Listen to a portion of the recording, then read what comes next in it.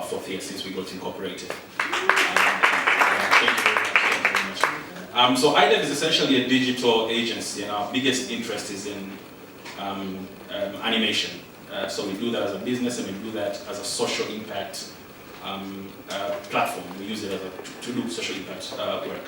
But other than that, we also do digital innovation to complement the animated programs that we do. And other than that, we also do digital marketing, because what's the use of creating good content if it's not getting out there to the people? So digital marketing is also something that we are interested in. So my background is in development and communications, and these are 2 areas that I'm very, very passionate about. I'm interested very much in whatever you find at the intersection of media, communications, and any cause in development. But I tend, because I'm a young person, do I look young?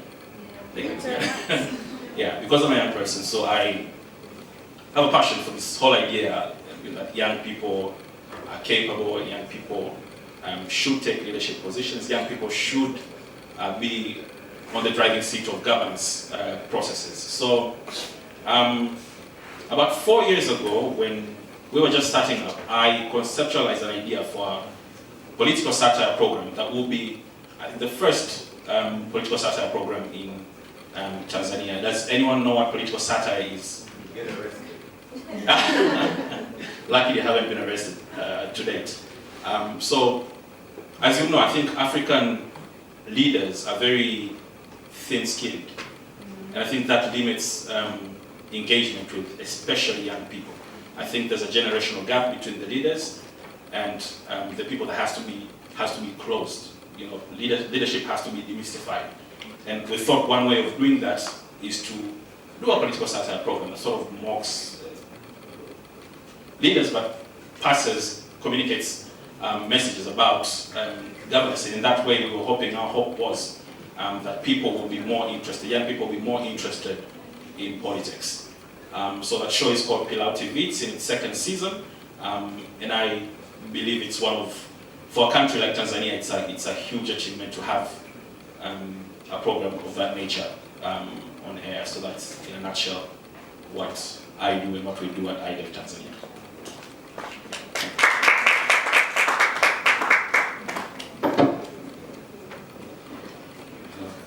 Great. So I think we'll start off, and I'm going to give a bit of my thoughts on the increase of data, which is the first of the 2 categories I'll be talking about.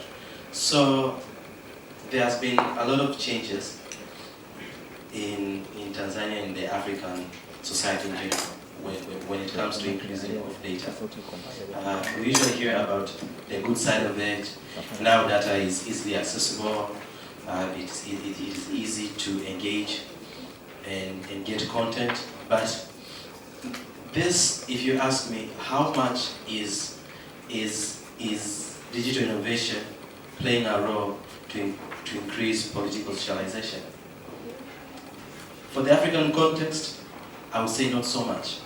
And the main reason I'm saying this is because I believe as young people, or some of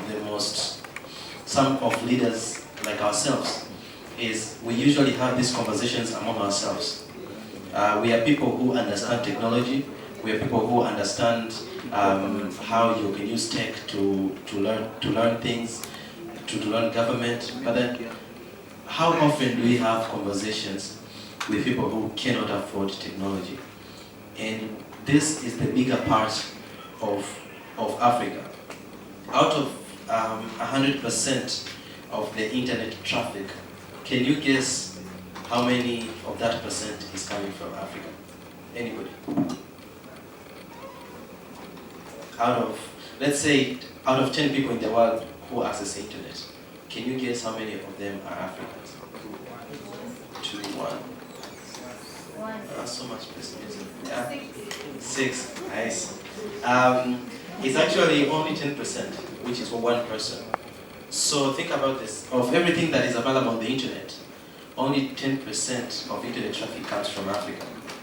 Now let's break that down, shall we? 10% of internet traffic is coming from Africa.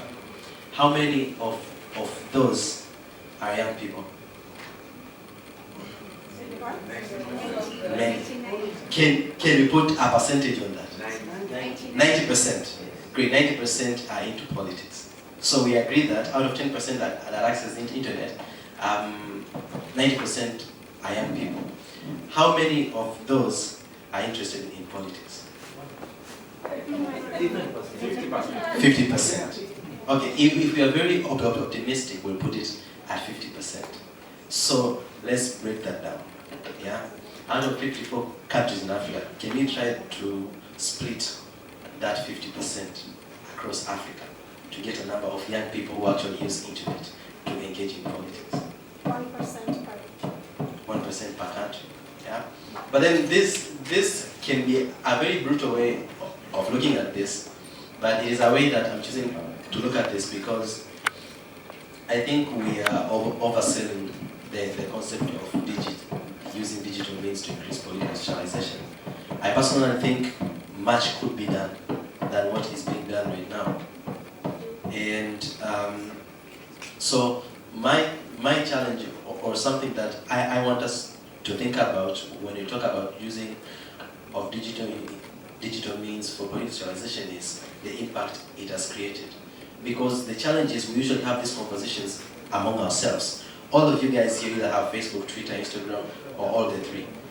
But then you are only one out of 100 people. How many people have that? And when we speak these things among ourselves, we pat ourselves on the back, we stroke each other's ego. But the truth is, there's still much to be done, because most of digital means have focused on those who have internet access. But we forget that digital goes way beyond internet access.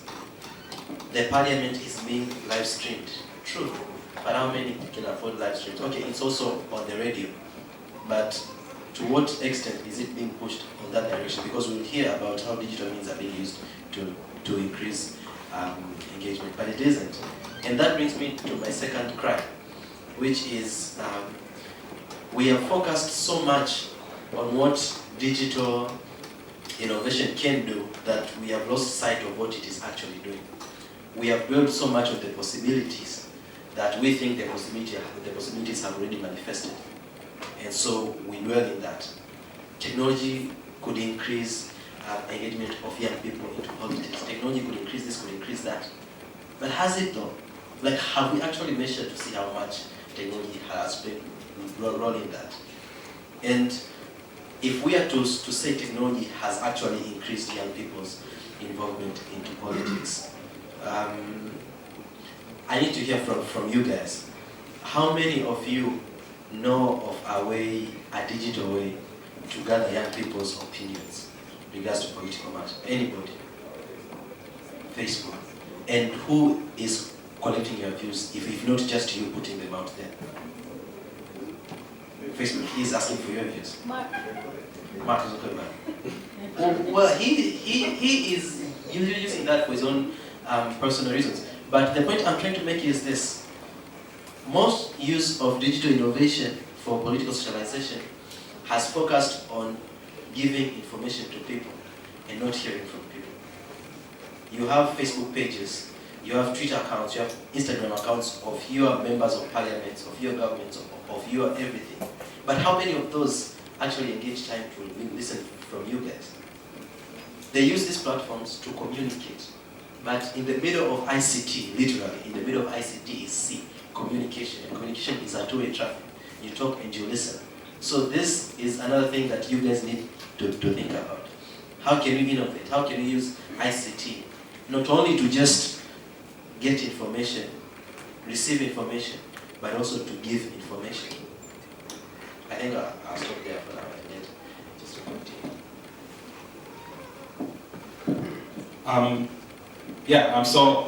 So what happened was we knew we were going to speak on one topic, but we did not coordinate it together. But what happens is our thoughts, I think, are very much aligned.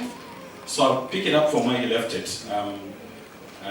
this whole idea that digital media is empowering because it's accessible, needs to be looked into further. So, a bit of background. When I started work, why I came up with the program YLF TV, it was before our election in 2015 here in Tanzania.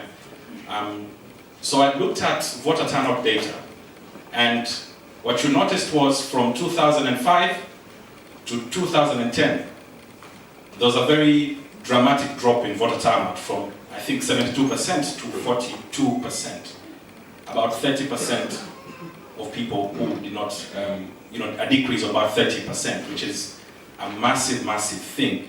Now, if you look at the world, even in Tanzania, what was happening at that time, between 2005 and 2010, I think it was about the time when we had the first big wave of adoption of social media, where all of a sudden Facebook became popular even in Africa. Twitter became very popular in Africa, and it's not coincidence that in 2010 that's when the Arab Spring started. And I think you all know it's been said a lot what impact social media and young people using social media had in the Arab Spring. So my question was, why is it that when it seems that young people are getting these devices and these platforms that are meant to empower them, why they're not participating in political processes? Because there were studies done in 2013 and 2014 showing young people are not interested at all in politics, voting, attending a village meeting, especially at the lowest levels of society. So from my time implementing YLF TV, I also continue to study trends, because now you have a program on TV, and the beauty of social media is it gives you data. So you can compare this data with national statistics, you can compare it with other programs within digital platforms to see. Mine is a political satire program, and others are of a different nature, maybe entertainment, comedy. What genres are more popular? What are people attracted to? What are people responding to? What are people engaging in? And that, I think, personally solidified my understanding of this whole concept of the interrelation between digital media and political participation. So I decided to study this further. In a month, I'll be graduating at the London School of Economics and Political Science. And my dissertation focused on the very same topic. So what I found is I did a survey here in Dar es Salaam, attracting young people, because I wanted to have my own data to understand something that I'd been studying for quite some time. And I think the most important finding in my study is I found a negative correlation between digital exposure and political engagement. And I defined exposure as, a number of platforms that, say, a young person is in. So you're on Facebook, you're on Snapchat, you're on Instagram, Twitter. I think I'm getting old, so I don't know the other ones. But the number of these platforms that you're in, do you own an iPad, a computer, a personal computer, and stuff like that. So the more of these devices you own translates into you're more digitally exposed. And at the same time, another very important measure was the number of hours people spend on the internet. So what I found, or let me tell you what political engagement as well meant. So political engagement for me meant knowledge of policies. It meant engagement at the levels, all levels of politics. So engagement at the local level of politics. So do you know your village chairman? Do you know your ward councillor? Do you know your member of parliament? Do you know your president? You'll be surprised that people who don't know their president. Yeah, and these are young people between the ages of 18 and 35. And then political attitudes, what party do you support? What do you think, what is your optimism for change and stuff like that. So essentially what my most important finding said was there's a negative correlation between political exposure. The more hours you spend on the internet, the less engaged you are, especially in local level politics. In that a massive percentage of people that I studied did not know their lowest level leaders. And why do I say this is the most important finding? So I was here on the first day, for the keynote given by Dr. Wamaka. And I respectfully disagree profoundly with something he said, that if he is head of state, then he wouldn't appoint a young person to head, so let's say, Minister for Defense, I think he said, and what other? If you're paying attention, finance, finance, defense. So I agree. I disagree with that profoundly. I think this is the kind of thinking that disengages young people from politics. And there's a couple of examples. If you know what's happening right now in Saudi Arabia, Mohammed bin Salman is a guy who's 32 years old. He's in power right now. He's showing signs of being very, very progressive. The country has traditionally been ruled by people who are older, and he's doing great things. And he's the world's youngest defense minister, and he's also in charge of the economy. And he's showing signs of being a futuristic. His vision is impressive, and something like that. I think you'll also know that Austria, a few months ago, have elected someone who's 31. I mean, same age as my friend Adebola, 31, as their next chancellor. So I think the thing that we miss out a lot there is, for instance, the example of this guy, Sebastian Kurz from Austria. He was made Minister for Foreign Affairs at the age of 27. That was in 2013. And I think that is how he was able to jump onto the next level, becoming Chancellor. So why is local level politics important, and why is it being ignored by young people? Because we're forgetting that if you have an ambition to be a minister by the age of 35, then you need to start by becoming an MP at the age of 30. If you want to become an MP at the age of 30, you need to start by becoming a ward councillor in Tanzania, of course, in our terms, by the age of 25. If you want to become a ward councillor, you have to start by becoming a village chair at the age of 20. I think it has to be progressive like that. I mean, the people who go out there and skip the process, that's very possible. But if we are to see youth leadership at a massive scale, then young people have got to start taking leadership positions early and at the lowest levels of government. Yeah.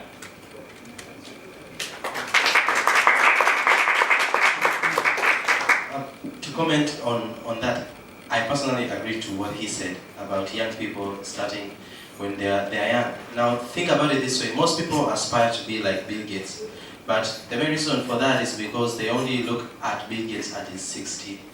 They don't look at Bill Gates when he was 20. And so we are getting married to the idea of becoming a person after they have gone through the things that really matter. And we as young people, we gamify this, we make them as game, we make them as jokes. And because of that, our society runs on that economy, that whenever there's a crucial conversation, turn it into a joke and people will forget about it. And young people are the people who drive this a lot, on WhatsApp, on social media. So we need to stop gamification of crucial issues. And we as young people who are in this room, I believe we may possess some level of influence or some level of power with other young people. We can shape the direction in which they take. So please, when you go out there, do your best to stop gamifications of crucial issues. The moment you see a person talking about a crucial issue in some funny way, stop it the moment it starts. Instead, you can do this. With every issue that happens, think about this. So what? What does this mean to me as a young person? Once you start thinking in that manner, it will change things. It will change how you look at what's happening around. Okay, you hear, let's say, something political has happened. Your first thing shouldn't to turn it into a joke. Your first thought should be, okay, but what does that mean to me as a young person? For example, in Zim, there was a minister who was selected to be a minister for, they called him the minister of WhatsApp. And the main reason they called him that is because his function was mainly to monitor messages being put around and all this thing. So BBC termed him, in quotes, the minister of WhatsApp. And it was a joke it went around Zimbabweans are calling the minister of WhatsApp because the aim of him is just to censor information and all that. So that's all it was, a joke. But then if they could ask, so what? Like, if there's a minister that has been appointed mainly to make sure people will not talk beyond what people want to talk, so what does that mean to me? It means that my freedom of speech is limited. It means that there's some things I can't talk about. It means this, it means that, it means that. What can you do about it? That's where it starts. So let's stop gamification of crucial issues and start questioning, what does that mean to me as a young person? And that really is triggered my insight. Recently in Tanzania, there's now, this morning actually I saw that, the police defense have appointed everyone who's a police officer who's in a group of WhatsApp. At least for now, it's all the WhatsApp groups are among police officers. They have to report to the central government, you know, that you know, I'm in this particular group and these are the members and these are admin, and report on a daily basis what happens in that group. Now, I saw this as, you know, circulating in social media. It could be a joke. The first time I thought it was a joke because there were no header or footer in the letter. But today I saw there was, you know, the logo of the TPDF, Tanzania Police Defense Force, and someone actually signed that advert. So it's getting more serious in terms of evolution of digital media and how is it going to affect the governance of the country in general. And this is, in essence, goes back to the question of, so what? Yeah, I guess my concluding thoughts, I think I agree very much with what Given has said. And because the topic is, you know, digital media and governance, I think the intersection, at the intersection of digital media and governance, what you find is information. I think digital media is more about how information is produced and disseminated. And governance is about the effects of the consumption of this information. And I don't know if you all believe this, but I believe, I'm a firm believer in the fact that information is actually a very, very, very sensitive commodity. And because it is a sensitive commodity, it has to really be protected and done right. So digital media has brought about, if you may, the democratization of production and dissemination of information. But is that a good thing? Is that a good thing? I think this is what the two of us are questioning. Because information is such a sensitive commodity, do you want it produced and disseminated like that? What if this was, could you also democratize, let's say, the pharmaceuticals industry, someone like you, where anybody who has a device that costs maybe $100 or as cheap as $50 actually, can produce medicine? I think that would be dangerous. I think it's a bit of an exaggeration, but I think the point is information is a very sensitive commodity, so it has to be treated that way. I'll echo what Given has said as well.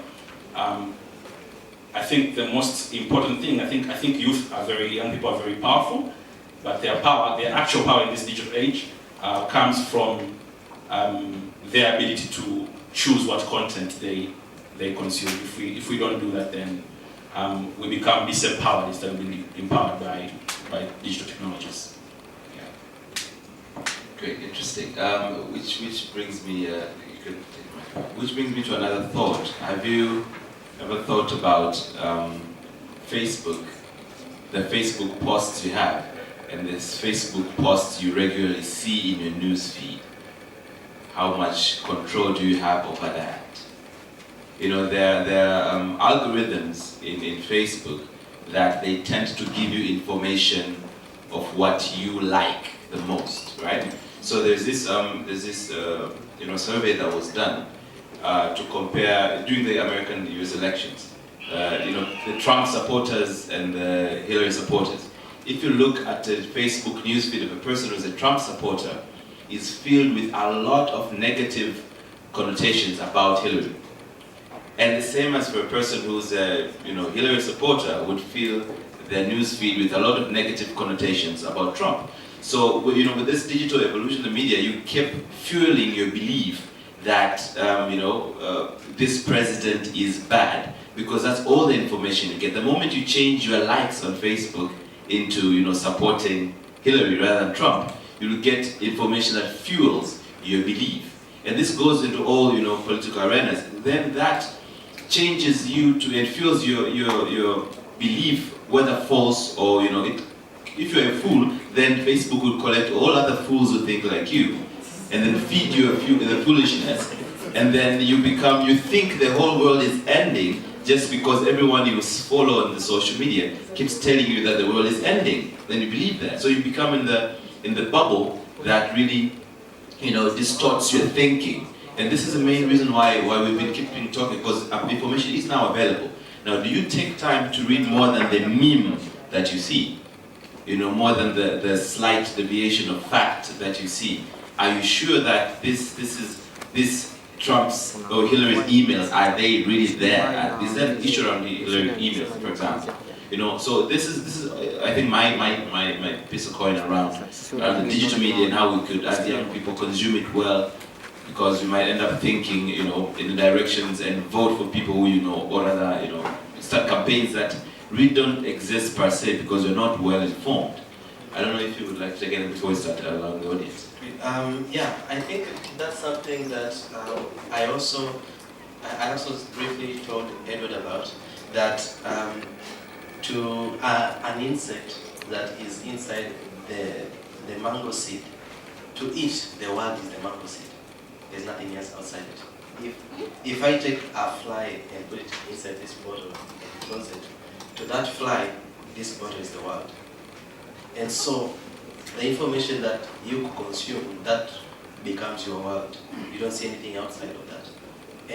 And what you should be doing is instead try to get as much information as possible. Some information may really piss you off because it's an awful taste of medicine. But it is something that you actually need. One philosopher who is far wiser than I am once said that it is a mark of an intelligent mind to be able to entertain a thought without agreeing to it. So you shouldn't simply dismiss thoughts simply because they contradict what you say. Digital means and technological means are good. And as my way of concluding, I'd rather like to urge everybody in this room to limit, to draw a line between what should be done digitally and what should be done physically. Because I believe technology can be used to improve productivity, but it is not meant to replace experiences. There's still a need for physical interaction when you are talking to people, when you are getting stories, when you are impacting them.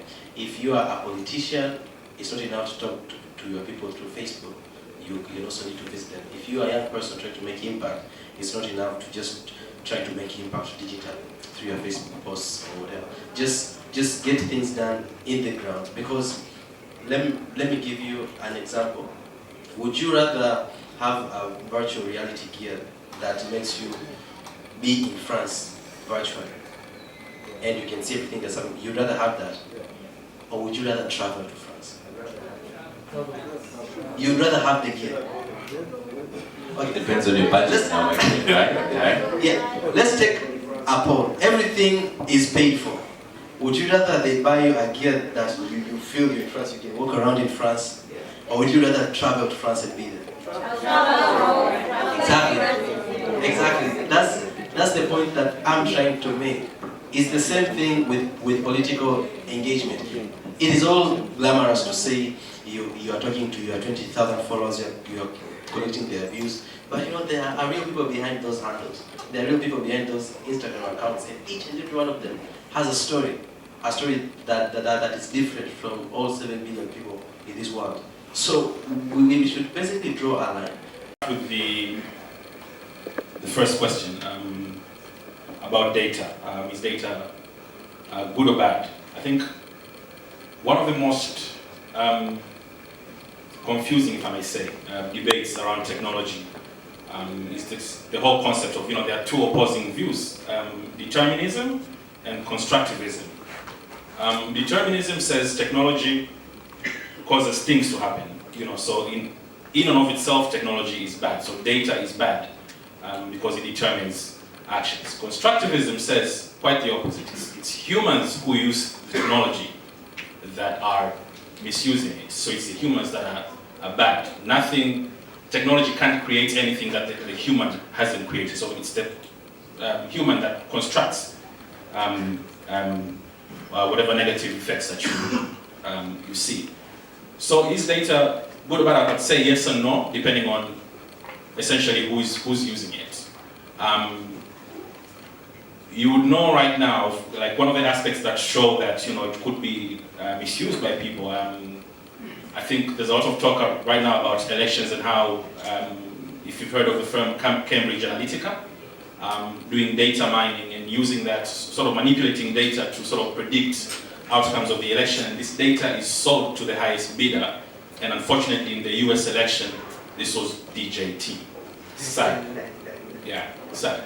So I think the way to work around this, because I think you asked that question as well, is first of all, the internet governance is a very, very complex thing. I think the world hasn't figured it out up to date, because there are plenty of players. The governments are involved, international bodies are involved, whoever gives you the domain is involved as well. The owners of these digital platforms are also involved, the likes of Facebook, what, and I think they have the biggest interest in protecting people, users on social media.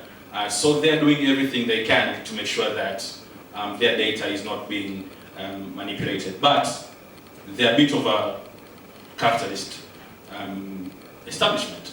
So I bet you that if they had a choice between doing that which is socially beneficial or that which is that which makes business sense, they'll definitely go for the latter. So I think the biggest responsibility when it comes to data protection and privacy lies with us as users. If I may ask a question, who has ever read any of these terms and conditions when signing up for things, email, Facebook? Nobody does that. Nobody. You've done it? Okay. I was going to kick you out of the room. Yeah, so nobody does that. So I think it's high time we begin to be more conscious about the data that we put out there on the internet, fully knowing what consequences the data may have. All right, so a couple of interesting questions from my friend there. Okay, so to clarify, young people don't engage because they are fearful. They don't engage on social media. I'd say it's in Tanzania. I don't think it has gotten there yet, because I think every now and then you see people engaging with leaders in ways that are very bold. Yeah, asking questions, throwing accusations at leaders. I think it hasn't gotten to a point where people are disengaging because of fear. So what I said in my study, actually, I studied this, so I didn't speak about it. I looked at how are people using social media. So what type of information are they accessing? I think this addresses your second question as well. So what I found was, at least people spend at least a third of their time accessing political content on social media, Facebook, Twitter, yeah, a third of their time. But the difference is, it is the same for TV and radio. So when they're watching TV, when they're listening to the radio, about a third of their time is spent looking at political content. So again, does digital media really, is it a tool that sort of fosters engagement, political engagement? I have my doubts still. And then the question about Mohammed bin Salman, I agree. I think there are very big reservations, but I think I'm basing my opinion on a few things. I think Saudi Arabia is not your typical democratic country. It doesn't follow the American style or model of democracy. So obviously, when things like that happen, there'll be a bit of bashing here and there, and because I think they're just different. People from outside of their world don't understand their world, so it's easy to criticize. It's easy to say, this guy is consolidating power. Well, that's being a bit skeptical. I think that level of skepticism isn't really helpful, because, again, he's arrested these guys on allegations of corruption and misuse of power. The other thing he did lifting the ban on women driving. Saudi Arabia is the last country to allow women to drive. But he's immediately after getting in power, he has lifted that. Trying to transform the economy from an oil-based, oil-dependent economy into a futuristic, technological-driven economy. I think that is very progressive. So my opinion on him was based on that, and I agree there are reservations.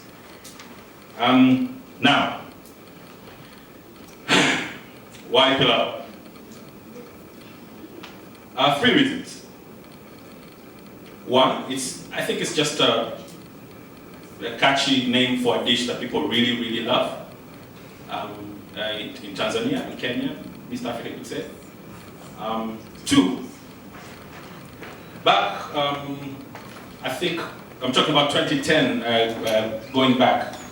It used to be used to incentivize people to come for political rallies. So if I had a political rally, if I want people to come, I say, there'll be pilau, there'll be food. If there's no food, then people are not coming to my rally. Politicians used it a lot until the Electoral Commission began, speaking against it. So the idea was the same. So let's do a program that will get people to come to listen to politics, essentially. So that's the second reason for the name. Now the third is a bit controversial. So prepare your innocent ears. So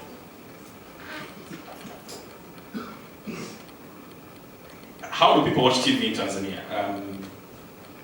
There's a huge majority of people who watch TV in these little shanty houses. There's just one TV, and then they'll have the schedule for the day. So if they're showing a football match, they'll say, Man United versus Chelsea, Newcastle versus West Brom, and they'll indicate the times there. If they're showing a movie, they'll write the name of the movie, whatever. So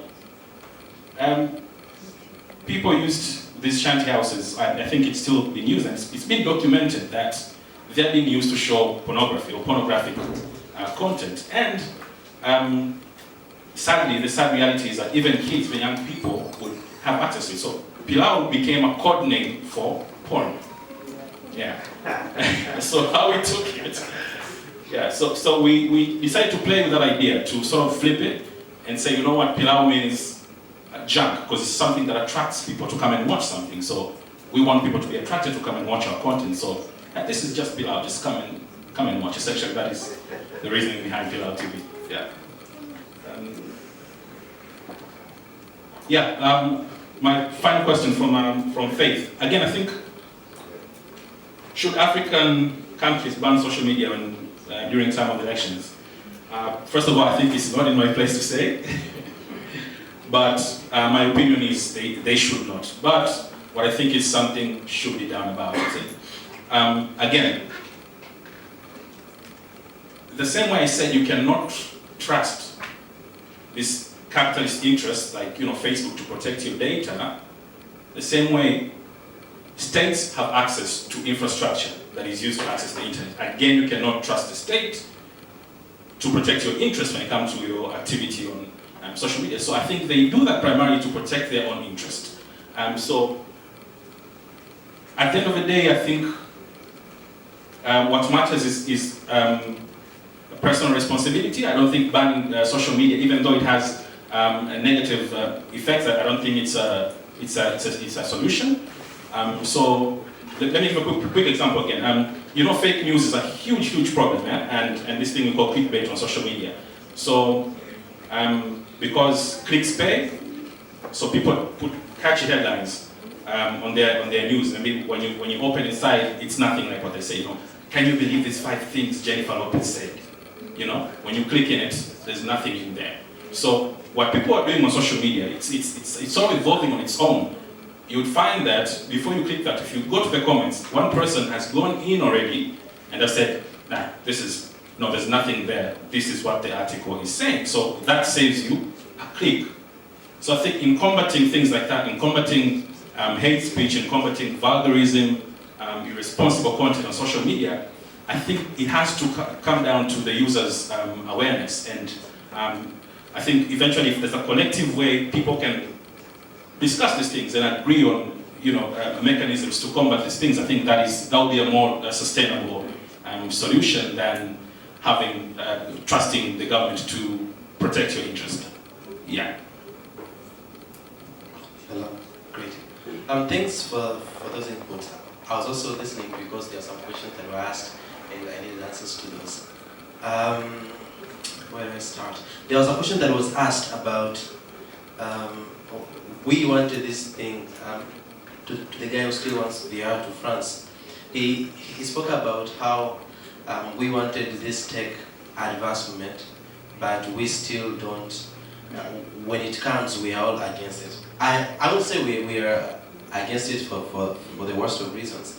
I think the main reason why we talk about these things is that there's not.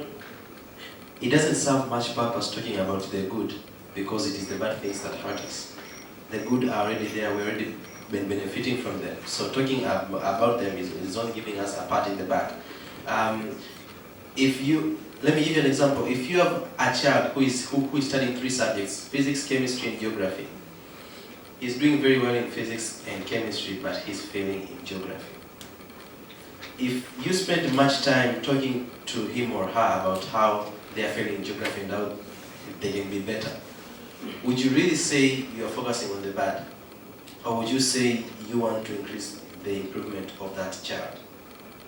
Personally, I would say you want to improve that child because the good is already happening, it's there. There's no point dwelling in it so much. It is like what Steve Jobs once said. He said, I don't think you should dwell on things too much. If you've done something good and it works, move along, go to the next thing, because that's what matters. So it's the same. We are not against tech. I know I'm not against tech. And me focusing on the negative aspect of it isn't me not appreciating technology. It's basically me trying to push it to its limits, to a point whereby it actually serves us well. Technology is not good or bad. It all depends on how you use it. It's like a knife. You know, a knife could kill a person. You could slit a person's throat. But we all have knives at home, and we are not cutting anybody's throat. The main reason is because we have taught ourselves how to use it, how to manage it. And I believe the same can be said for technology. It's not good or bad.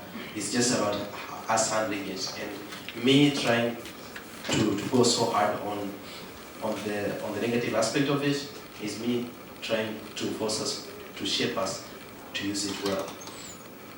The other question was about what do I do, why do I do what I do? It was asked by Ali from Kenya, Angela, I think. Well, the main reason I do why I do is because it matters, because it actually changes a person's life. I usually say I want to be a millionaire, not in the aspect of money, but in the number of lives that I impact. By the time I die, I want to be able to say I impacted 3 million people. And you don't do that by sitting around and wishing it happens. You know, you have to get out of bed and work. So that's why I do what I do, because I'm contributing to something. I believe that the ability to do something is a responsibility to do it.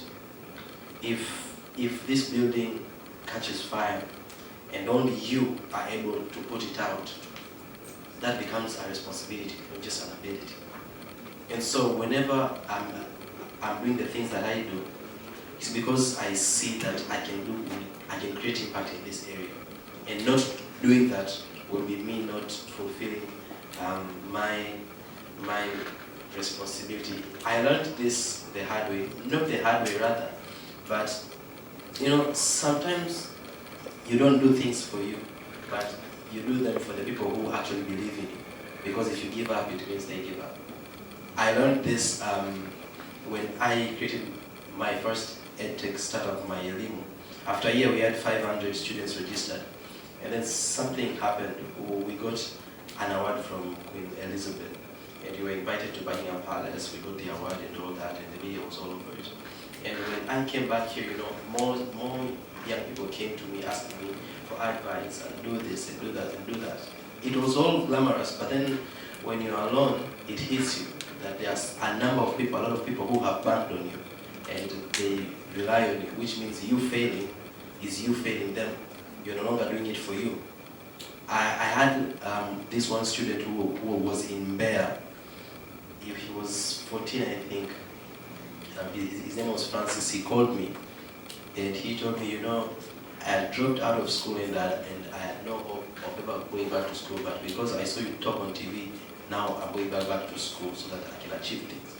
I was like, wow, okay, that's good to hear, but it's also a very heavy burden.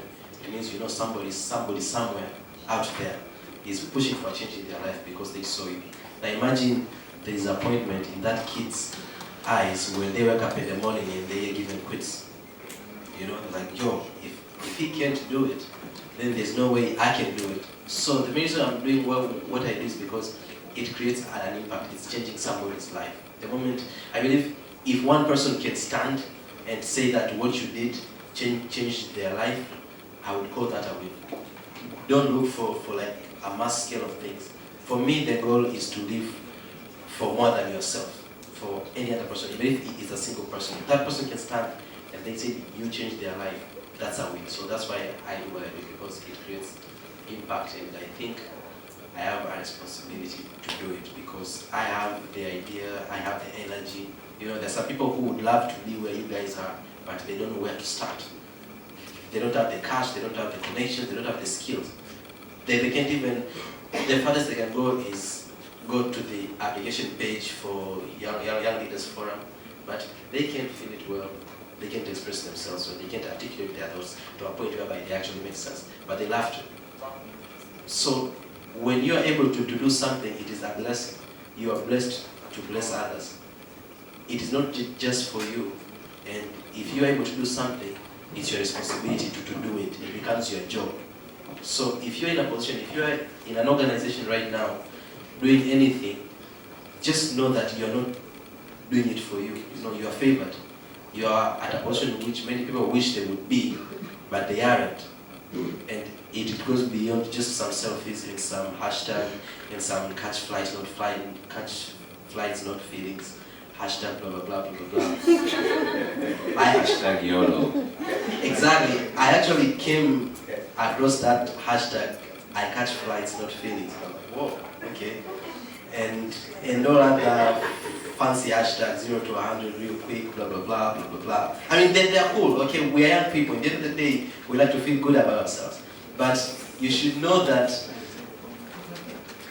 when you're able to do something and when you're in a position that many people are not able